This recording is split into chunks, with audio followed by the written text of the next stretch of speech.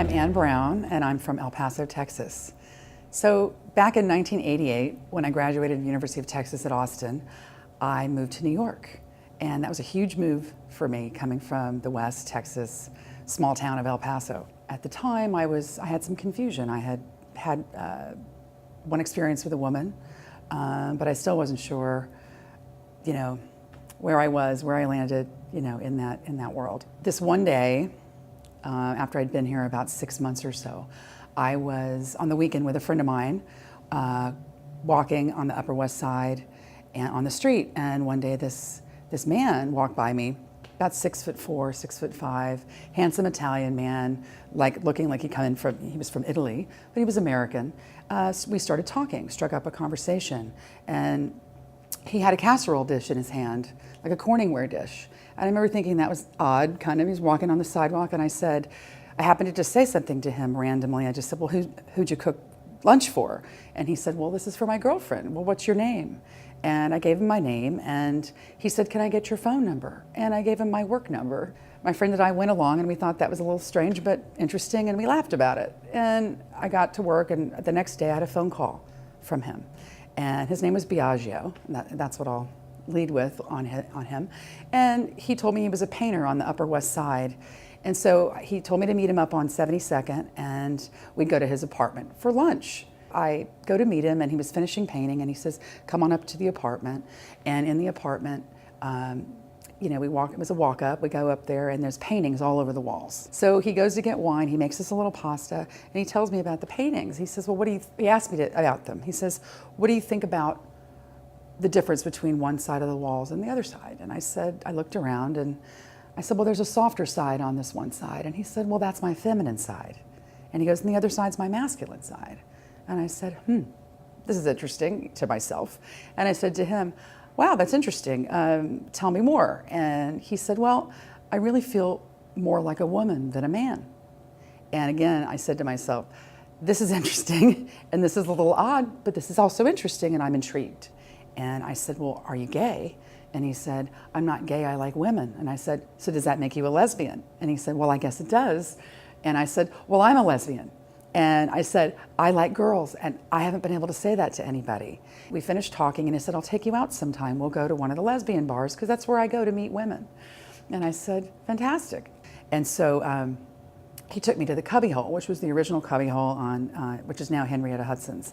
And so it's like 1988, 89. He met me dressed as a man, as Biagio, and we go in. And I remember I grabbed him and kind of hugged him, and I kissed him, and we danced. And I felt more comfortable with him in that moment because I was getting comfortable with the scene. I see him again another time, and he invites me over to his apartment for dinner, and he says, can I dress up for you as Gina?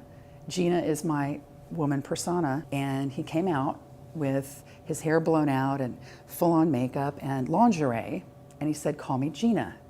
And he sat there, we spoke, and then he wanted to kind of become intimate with me a little bit. And when that started to happen, I think I accepted it for a minute because I was like wanting to accept him as now her, or as now she, as now Gina. And then I kind of stopped her and said, I really like you as a person. I said, but I'm not attracted to you this way. I'm more attracted to you as a man.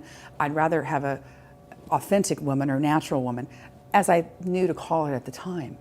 And so he was a little hurt at first, but he said, I understand. And he said, I said, listen, I'm just getting used to this whole thing for myself, and you're the first person I met that has another side to themselves. And I said, let's be friends. And so he accepted that now in this moment as she. So he took me to a club one night called the Octagon Club, which was a big club on near the Javits Center at the time.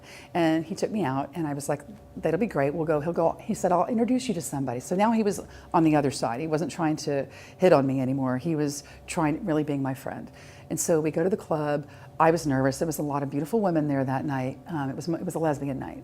And he loved lesbians, so this was his place to be, too. And he was a gorgeous, very handsome, like I said, man, and a beautiful woman as well.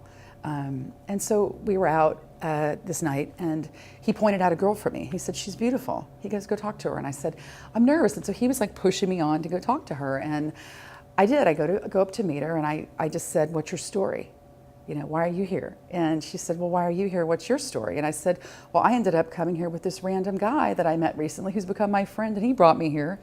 So maybe I'm supposed to meet you. And she goes, that's really random, because a strange girl I met, strange to her, meaning a woman she met randomly on a bike trail out in Long Island, crashed into her bike. They both crashed on the ground, and she said, why don't you come with me to this club? And she apparently liked her, but she brought her kind of as a friend too. So two people that night brought us somewhere so we could come out. And so for me, after that moment, we meet, and Biagio meets her, and we connected, she and I, and she eventually became my first girlfriend. And so he as Biagio and she as Gina, I guess combined for me, was a wonderful person that entreed me into my life as I live now, which is my life I was meant to live. And I appreciate, I'm gonna get teary-eyed because it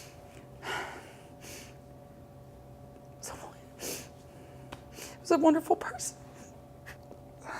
Like, if I didn't meet her, I don't know if I would have struggled a lot longer, to find myself. And it was an interesting entree into the world for me. It also gave me insight onto transgender people. And that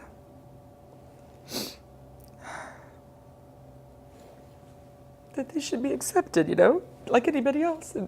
And they're beautiful people, just like, we're all the same. And it was just such an interesting way to come out, I feel. And I'm very proud of that. And I wish I could find her now. But I've looked recently. I did see her a few years after that. She was working at the Met. I thought it was the MoMA, but it was the Met as a security. Of course, ensconced with, around artwork, because he was a painter and artist. And that was the last time I saw him. But one of those times before that, he had said he wanted to transition, and he was nervous and scared. And at that point, I think I realized it wasn't just for dress up or cross-dressing. That at that point, I knew it was, very real for him to become a woman. So maybe Gina's out there, and I just need to find Gina today.